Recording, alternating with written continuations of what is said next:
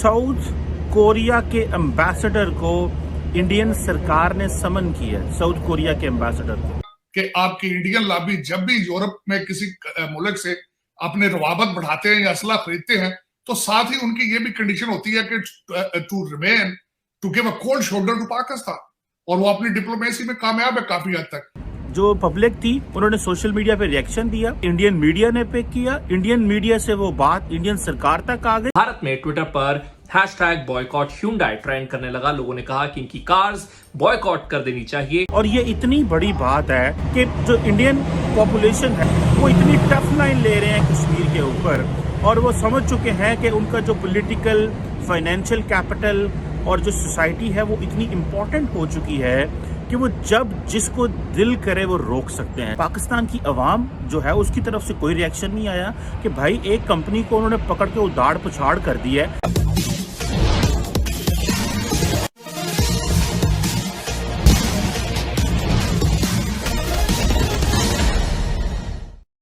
पाकिस्तान की मीडिया में इस बात की चर्चा हो रही है कि राष्ट्र हित के मुद्दे पर सारे भारतवासी एकजुट हो जाते हैं और भारतीयों के इसी एकजुटता के कारण ही पूरे दुनिया में भारत को इज्जत के निगाह से देखा जाता है। अभी हाल में ही साउथ कोरिया की कार बनाने वाली एक कंपनी हुंडई मोटर के पाकिस्तान कार्यालय ने कश्मीर के मसले पर पाकिस्तान के पक्ष को समर्थन किया था। तब भारत ने इतना दबाव बनाया कि न केवल हुंडई मोटर्स बल्कि साउथ कोरिया को भी भारत से माफी मांगनी पड़ी। इसी पृष्ठभूमि में हो रही पाक मीडिया की परिचर्चा आइए सुनते हैं। साउथ कोरिया के एम्बेसडर को इंडियन सरकार ने समन किया है, साउथ कोरिया के एम्बेसडर को। अब आप मुझे ये बताएं कि, और इसलिए समन किया कि भाई आपका जो पाकिस्तान में जो एक सेंटर है उसने इंडियन जो ऑक्युपाइड कश्मीर है उसके बारे में स्टेटमेंट क्यों जारी की है। और ये इतनी बड़ी बात है कि जो इंडियन पॉपुलेशन है, अवाम जो है, जो लोग हैं, वो इतनी टफ लाइन ले रहे हैं कश्मीर के ऊपर, और वो समझ चुके हैं कि उनका जो पॉलिटिकल फाइनेंशियल कैपिटल और जो सोसाइटी है वो इतनी इम्पोर्टेंट हो चुकी है कि वो जब जिसको दिल करे वो रोक सकते हैं, जिसके मर्जी वो क्वेश्चन मार्क कहते हैं ना, सवालिया निशान वो लगा सकते हैं। इंडियन जो पब्लिक थी उन्होंने सोशल मीडिया पे रिएक्शन दिया, इंडियन मीडिया ने पिक किया, इंडियन मीडिया से वो बात इंडियन सरकार तक आ गई कि एक ह्यूंडई डिस्ट्रीब्यूटर के unverified account Hyundai Pakistan official से एक ट्वीट हुआ जिसमें सपोर्ट किया गया कश्मीर सॉलिडारिटी डे को, जो पाकिस्तान में 5 फरवरी को मनाया जाता है। And it supported what it called struggle for freedom. और इसके बाद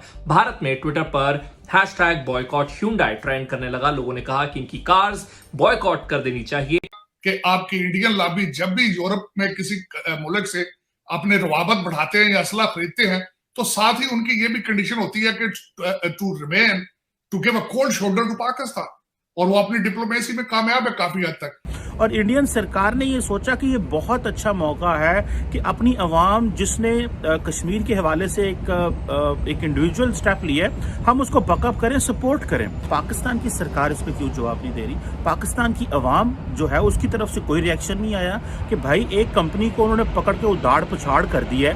लेकिन फिर हम बात करते हैं जी कि इंडिया बहुत बड़ी फाइनेंशियल डेस्टिनेशन है, ग्लोबल फाइनेंशियल डेस्टिनेशन है, दुनिया सारी वहाँ पे आ रही है, तो इस वजह से इंडिया के में वो लोग कर रहे हैं, वो प्रेशर डाल रहे हैं प्राइवेट कंपनीज के ऊपर, तो वो तो कामयाब हो गए। What I believe here is कि इंडियन अवाम का बात करना, इंडियन मीडिया का उसको पिकअप करना, हुंडई का बैक ट्रैक करना, फिर इंडियन स्टेट का असर्ट करना, ये तो हमें एक सीक्वेंस और एक चैनल बिल्कुल नजर आ रहा है। लेकिन पाकिस्तान की साइलेंस की समझ नहीं आ रही। मैं ये नहीं कह रहा, मैंने पहले कहा है कि बिजनेसेस को ए पॉलिटिकल रहे, उनको इन चीज़ों में नहीं आना चाहिए कि कौन क्या कर रहा है, कारोबार जो है वो उनको इन चीज़ों से दूर रहना चाहिए, उनको सिर्फ बिजनेस करना चाहिए। पाकिस्तान की अवाम और सरकार, इनकी आपस में इतनी जंग चल रही है कि ये फॉरेन पॉलिसी इश्यूज के ऊपर भी वो गठजोड़ नहीं है। जबकि भारत के अंदर एक बहुत बड़ा जो सेक्शन ऑफ द सोसाइटी है वो अपनी सरकार को सपोर्ट करता है। हम एक पेज पे नहीं है,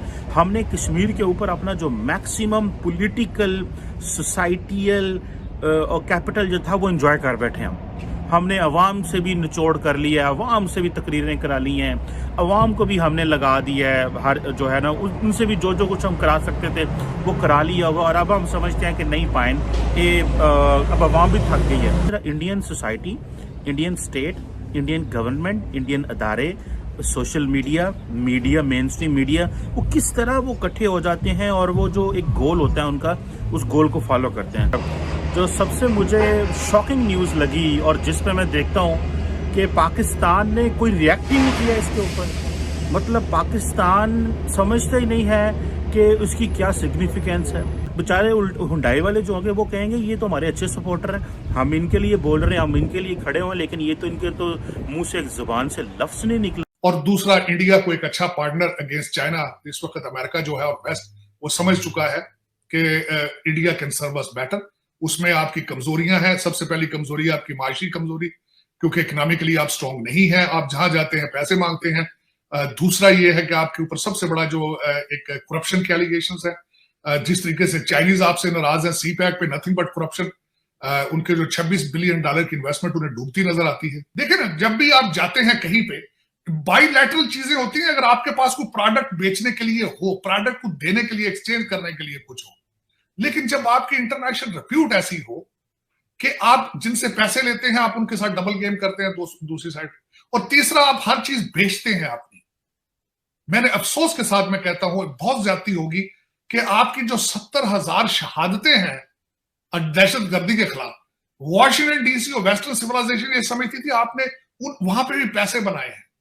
जंग अगेंस्ट दहशतगर्दी आपका कारोबार था, ये समझा जाता है वॉशिंगटन डीसी में। तो साजिद साहब, जो आपने खा गए पैसे का जिक्र किया, ये क्या आप पापा जॉन पे इल्जाम लगा रहे हैं? आप क्या कह रहे हैं? मतलब पापा जॉन तो एक कहते हैं टिप ऑफ द आइसबर्ग है ना, इसमें तो बहुत कुछ बना है, बहुत कुछ बना है। हर गवर्नमेंट ने, हर रजीम ने खाया है, इसने एक पार्टी ने नहीं खाया। मैंने जब इसके बारे में मैं चाइनीज मीडिया पढ़ता हूं, जब अमेरिकन मीडिया पढ़ता हूं, आपने ओवर बिलिंग की है। आप सिर्फ वो कहते हैं आप चूरी खाने वाले दोस्त हैं, आप मार खाने वाले दोस्त नहीं है। दुनिया अब ये समझ चुकी है आपकी, तो इसी वजह से आप दरबदर हो रहे हैं। पैसों की खातिर कोई आपको देख नहीं रहा। आपने बल्कि जो नारे, जो जश्न मनाए तालिबान पे, अब वो भी, जब आप ये देखिए तालिबान भी अगर आपके साथ मुखलिस ना हो तो आप किस शीशे में चेहरा देखेंगे आप? इस वक्त तो वो बिल्कुल वो भी आपसे आंखें फेर चुके हैं, और वहां पे अद्वियात और वहां पे गंदम इंडिया से जा रही है थ्रू द ईरान। मैं समझता हूं वो सारा आपके खिलाफ, उनका माइंड, उनके सोर्सेज, रिसोर्सेज सारी बिल्कुल उनके साथ होगी। बल्कि आपकी सिर्फ पोजीशनिंग वहां पे ये है, हकानी बरादरान के साथ आपके रिलेशनशिप है। दूसरा जो तालिबान के ग्रुप है वो आपके साथ नहीं, और वो आपके हाथ से निकल के वो कतर जा चुके हैं। वो ईरान के साथ रिलेशनशिप बिल्ड कर रहे हैं ज्यादा, और भारत के साथ, आपके साथ वो भी नाराजगियां, क्योंकि उनको पता है कि आप जितना आप उनको समझते हैं वो भी आपको उतना ही समझते हैं। वसुधैव कुटुंबकम यानी पूरी दुनिया एक ही परिवार का हिस्सा है। यह भारतीय सभ्यता और संस्कृति का मूलाधार है, आधार स्तंभ है। अतिथि देवो भव या फिर सर्वधर्म समभाव का घुट्टी हमारे देश के सभी लोगों को जन्म के साथ ही पिलाई जाती है। हमारे देश में सभी धर्म, वर्ग, संस्कृति के लोग सदियों से आपस में मिलजुल कर रहते आए हैं। विविधता में एकता ही हमारे देश की सांस्कृतिक विरासत है। यही हमारी राष्ट्रीय पूंजी है जो हम सभी भारतीयों को एकजुट आज तक किए हुए है। लेकिन इस एकता के समतल भूमि पर सर्वप्रथम 20 का बीज कुछ तथाकथित सत्ता के लालची मुस्लिम नेताओं ने स्वतंत्रता प्राप्ति के समय बोया, और उनको केवल सत्ता में बने रहने का ही उद्देश्य था। लेकिन उन्होंने इसका परिणाम नहीं समझा था, और उन्होंने यह नारा दिया कि हिंदू और मुसलमान दो अलग अलग कौमें हैं और वे एक साथ नहीं रह सकते। आधार क्या था आज तक किसी को पता नहीं, लेकिन उन्होंने अपना काम कर दिया था। और फिर ऐसे विष वमन की, हालांकि उस समय जरूरत नहीं थी, लेकिन वह विष का बीज हमारे समाज में बो दिया गया, जिसका असर अभी भी हमें देखने को मिलता है। इसका परिणाम यह हुआ कि 1947 में हमारा देश आज़ाद नहीं हुआ, बल्कि 2 भागों में बंट गया। हमें तो अंग्रेजों से आज़ादी चाहिए थी, हम तो मिलजुल कर अंग्रेजों से आज़ादी की मांग कर रहे थे, लेकिन उसमें बंटवारे का सवाल कहाँ से आ गया? लेकिन बंटवारा हो गया। क्यों बंटवारा हो गया, यह प्रश्न आज भी अपने उत्तर के तलाश में है। हमारे सामने जो तोड़ मड़ोड़ कर पेश किया गया इतिहास है, वह सही उत्तर नहीं दे पा रहा है, और जिसको जवाब देना चाहिए था वे आज मौजूद नहीं है। यही कारण है कि अब बंटवारे के साथ हमने यह आशा रखी थी कि हम अब ठीक है, बंटवारा हो गया, जो होना था तो हो गया, अब तो शांति के साथ रह सकते हैं। लेकिन अब भी शांति बरकरार नहीं, एक दूसरे पर सीटा कची होती रहती है और फिर जम्मू कश्मीर का मुद्दा तो एक नासूर बनकर सामने पड़ा हुआ है। अगर भारत अपनी आर्थिक तरक्की नहीं करता, हम भारतीय एकजुट नहीं होते, तो जो आज जम्मू कश्मीर का हिस्सा हमारे पास है शायद वह भी हमारे पास नहीं होता। लेकिन भारतीयों की एकजुटता हमारी आर्थिक तरक्की का है कि हम न केवल जम्मू कश्मीर हमारे पास है, वह हमारे पास है, बल्कि हम सपना देख रहे हैं, हम प्लानिंग कर रहे हैं, आशा लगाए बैठे हुए हैं कि पाक ऑक्युपाइड कश्मीर और गिलगित बल्चिस्तान जो पाकिस्तान के पास है वह भी एक दिन हमारे पास होगा। हम आज की हमारी यह ज़रूरत है कि इस एकजुटता को बनाए रखें, तभी हम अपने सोने की चिड़िया और विश्व गुरु के ताज को पा सकते हैं।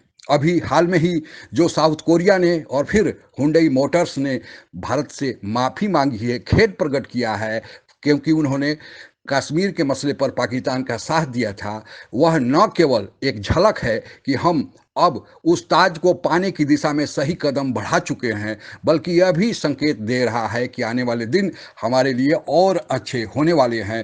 केवल ज़रूरत है कि हम अपनी एकजुटता बनाए रखें और देश के उत्थान में जिससे जितना संभव हो सके उसे मदद करें, सारे देशवासी मिलकर। और इस धर्म के नाम पर या जात के नाम पर, कुनबे के नाम पर जो विष फैलाया जा रहा है, जो विभेद फैलाया जा रहा है, उससे बचे, तभी हम फिर से अपना खोया हुआ विश्व गुरु का और सोने की चिड़िया का ताज प्राप्त कर सकते हैं। आज के लिए बस इतना ही। जय हिंद। आप अगर हमसे जुड़ा रहना चाहते हैं तो कृपया मेरे चैनल को सब्सक्राइब करें तथा बेल आइकन भी दबा दें, ताकि नई वीडियो की जानकारी तुरंत आप तक पहुंच जाए। धन्यवाद। जय हिंद।